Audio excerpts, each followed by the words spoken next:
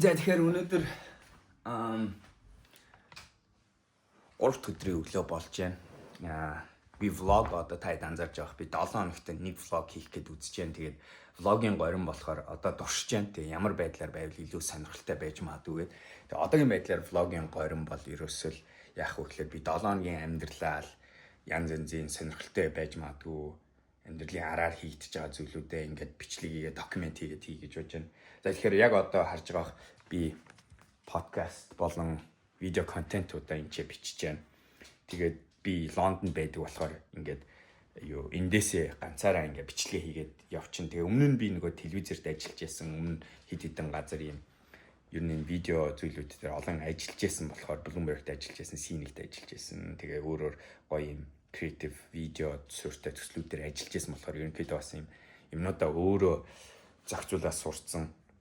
Тэгээ би ингээ ганцаараа ингээ биччихдэг гэртээ өглөө одоо энд одоо өглөөний 8 цаг болж байна. Тэгээд хинэрс ирэхээс өмнө босоод бичих юмнуудаа бичиж байна.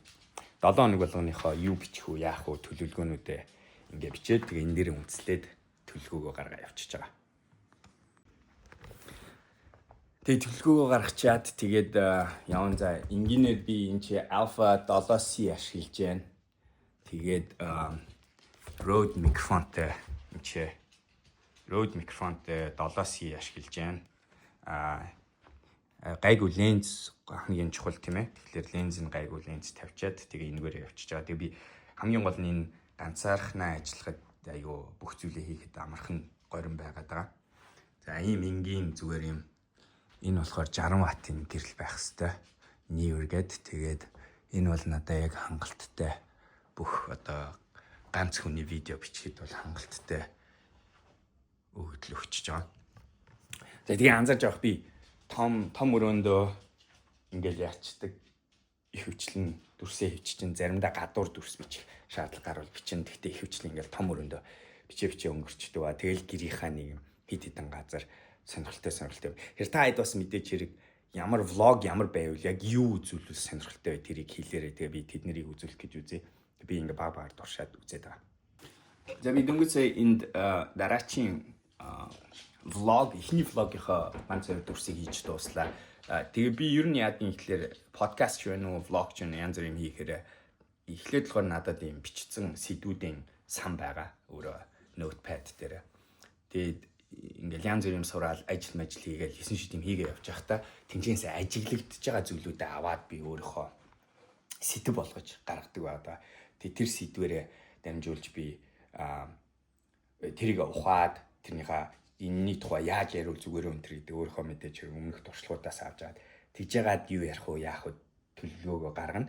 Тэгээ нэгэн төлөвлөгөөгөө гаргачвал 7 хоногийнхоо өглөө эрт эсвэл амралтын өдрүүдээрээ дамжуулаад контент бичиж явчихдаг байна. Тэгээд би энэ 40 насны влог дээр бас энийг ярьсан байгаа. Тэр нь юу вэ гэхэлэр хараа. Тэгээ ялангуяа өнөөдөр би бас яг наач ингээ YouTube дээр юм хийж байгаа хүмүүст бас хэрэгтэй байж магадгүй энэ мэдээлэлээ хуваалцаж байна. Миний одоо сурсан зүйл нь юу вэ гэхээр янз янзын ингээ контент үйлдвэрлэлт гэдэг юм а тэг хүмүүс надад асуудаг болохоор ярьж байна. Тэр нь юу вэ гэхээр 1-2 удаагийн амар гой контент хийх ерөөсөө сонирн биш урт хугацаанд. Тэрний хооронд юу чухал вэ гэхээр та урт хугацааны сэтгүүтэйгээр тэгээд тууштай байх нь чухал. Тэгээд маркетингийн одоо гүрүүнүүдийн нэг Seth Godin гэдэг одоо мундаг зохиолч юм байгаа. Тэр хүний ч гэсэн ярьдаг байгаа тий. Ингээд зах зээл дээр өөрийнхөө үн цэнийг ойлгуулах үйл ажиллагаа тэгээд борлуулалтыг бий болох үйл ажиллагаа буюу маркетинг гэдэг зүйлээ хэрвээ задлаад харах юм бол тэр дотор ихэнх хүмүүс юу боддгийг гэхээр тийм сонирхолтой сонин зүйлийг authenticity тэ оригинал гэдэг зүйлийг гаргах нь чухал гэж ярьдаг. Гэтэл яг үүндээ хэрэглэгчид юу хүсдэг юм бэ гэхлээр хэрэглэгчид болохоор тууштай байдлыг л биднээс хүсдэг гэдэг. Тэр контент үйлдвэрлэж байгаа бол яг адилхан. Бид нэр яаж сурах ёстой юм гэхлээр тууштайгаар цагийн ойртойгоор юм доктортой хийж сурах хэрэгтэй. Тэгээд тэр нь юу гэсэн юм гэхээр цагийн ойртой ажиллаж сурах хэрэгтэй. Би подкаст хийдэг хүмүүстэй дандаа юу гэж хэлдэг вэ гэхлээр подкаст эхлэе гэж бодож байгаа хүмүүс дандаа юу гэж хэлдэг вэ гэхлээр эхлээд ямар ч подкаст хийсэн яадаг ч байсан 20 дугаарыг зогсолтгүй хийн шүү. Муу ч байж болно, сайн ч байж болно, гоё ч байж болно, зөв ч байж болно, буруу ч байж болно. Яадаг вэ бид нар яг тэрийг хийх процессээс хүн сурна. Подкаст болгон өөр гэсэн өнгө айстай хийж байгаа агуулга чинь таны агуулга бастай. Тэгээд тэнгуут таних юу юм бэ гэдгийг эхлээд бид мэдэхгүй. Тэгвэл энэ хийж үзэж явахдаа сурдаг байгаа шүү. Тэгэхээр тийж хийж сурах хэрэгтэй. Тэгэхээр доктортой 20 дугаар, 10 дугаар, 30 дугаар тэр нэг багада хийдий хийж олигтой хэмжээний танигдахын үр дүн тэрэн дээр ажиллах хэрэгтэй байгаа шүү.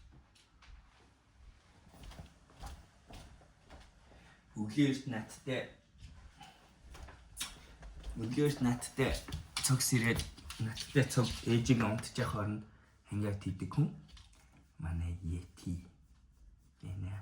Өглөөс надтай подкаст хийж явахд орж ирдэг. Тэгээд мэдж байгаа миний видеонууд дээр контентн дээр ойр ойрхон харагддаг хүн манай Баатар. За ингээд эрт амжуулчих юм бол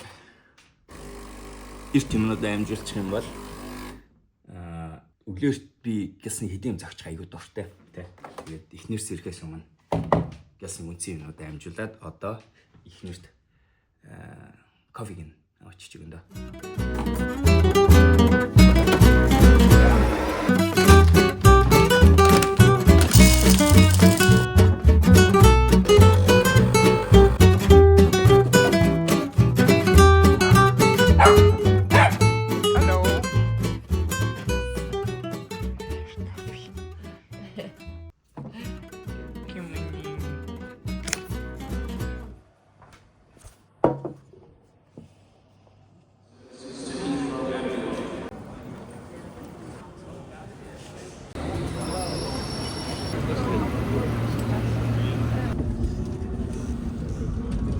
Train to Upminster. The next.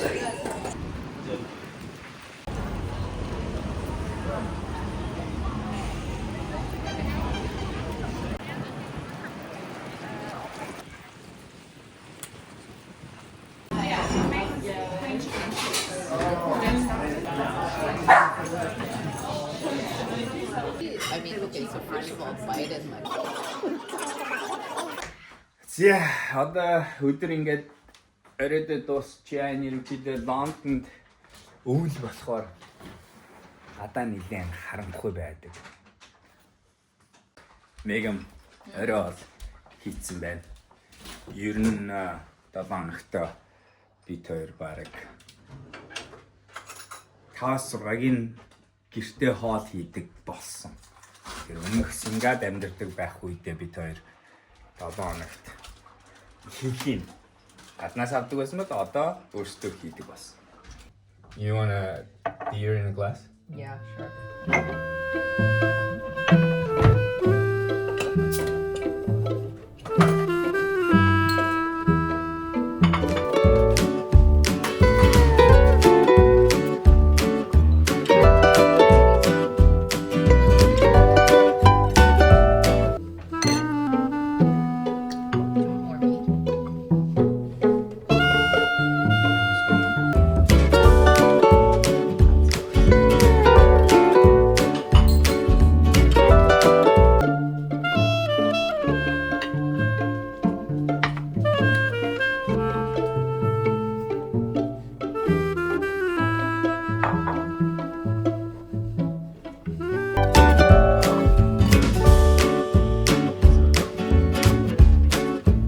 Did you eat?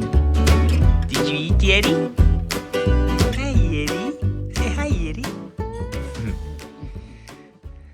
All right. Dinner. За ингээд энэ удаагийн влог ингээд дуусгая. Cheers. Амжилттай 7 хоног болж өнгөрлөө. Тэгээд бүгдээ сайн хамсаар дараа 7 хоногийн видеоор уулзцгаая. Влог яг нэг юм мартаад дуусгах гэж тэрний юу гэхээр миний бодол бол юу байсан бэ гэхээр влог болгон дээрээ би хатантан мегам хатантны нэг санааг үзэл бодлыг асуултаар оруулж ирэй гэж бодож байсан. Тэгэхээр тэрийг хийх марч одоо тэрийг хийлээ. All right. So this is, I guess, as you said now, it's now going to be called Moments with Megam. This sounds better than whatever you had originally. All right, Megam, here's my question for this week from you. How How? How are you dealing with anxiety generally? What are your go-to methods to manage your anxiety? The tone and my question really don't match. Yeah.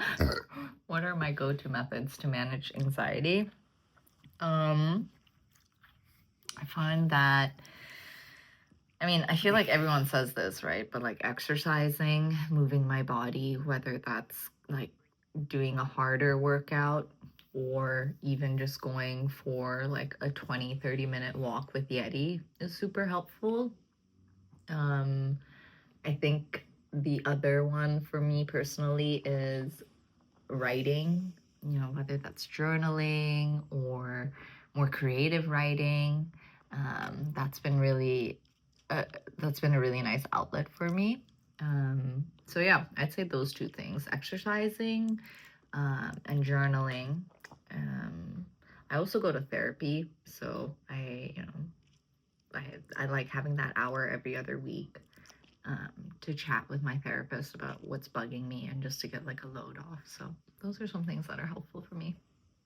Great. Yeah. This has been Moments with Megan. Cheers.